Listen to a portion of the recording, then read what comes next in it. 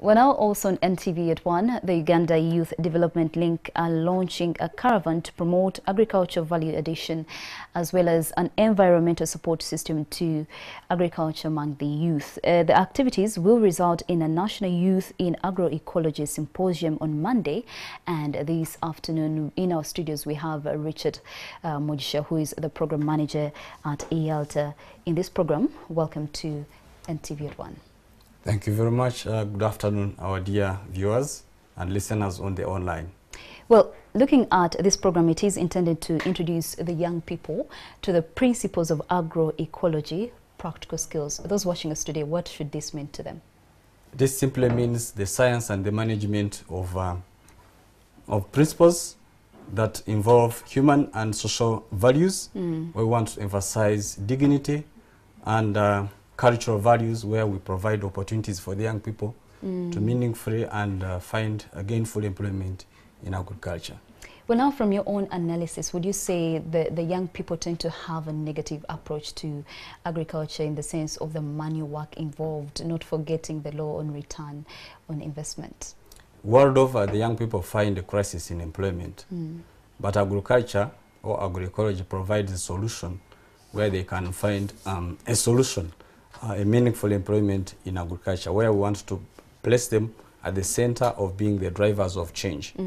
And with this agroecology or EALTA, it provides a supportive environment where they are exposed to various opportunities on how businesses are started, businesses are managed, but also businesses are sustained, so that they're better able to become assets to the economy.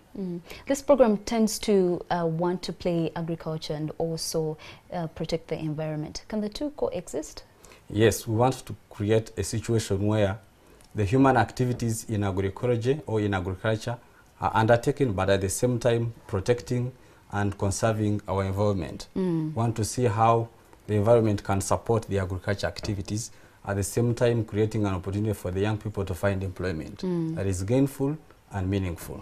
Okay, so when we look at supporting the move towards modern technology transfer as the real-life experiences of successful and sociable agroecological business models, what would you say, what are some of the things you're putting in place to make that possible? At the moment, we found out that the young people are faced with the challenge of mentorship.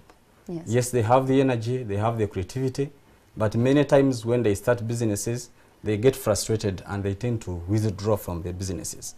So with the EALTA, it is going to introduce the mentorship support program, where they will be attached to business experts to navigate them through and handhold them to see how they can be able to realize their business dreams, also to become business leaders in the economy.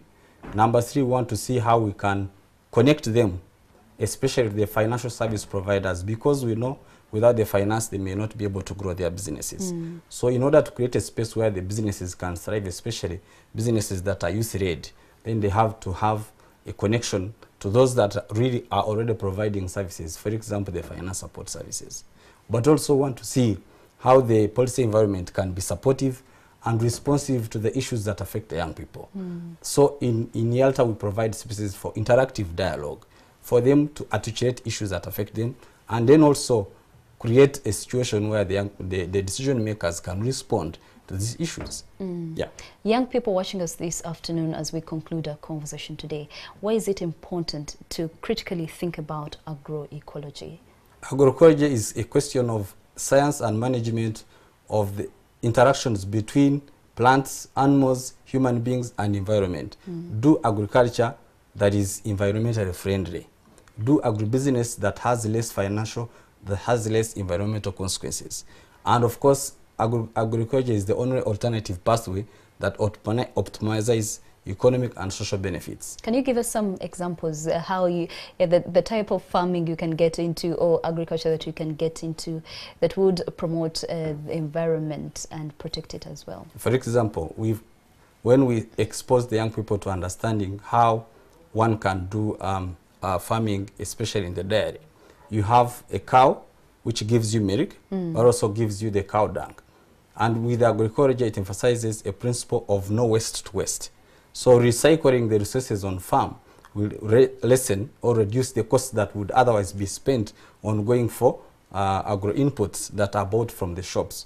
So it emphasizes that, yes, you'll be able to optimize the output or the outcome from the farm, but at the same time using the same products on the farm.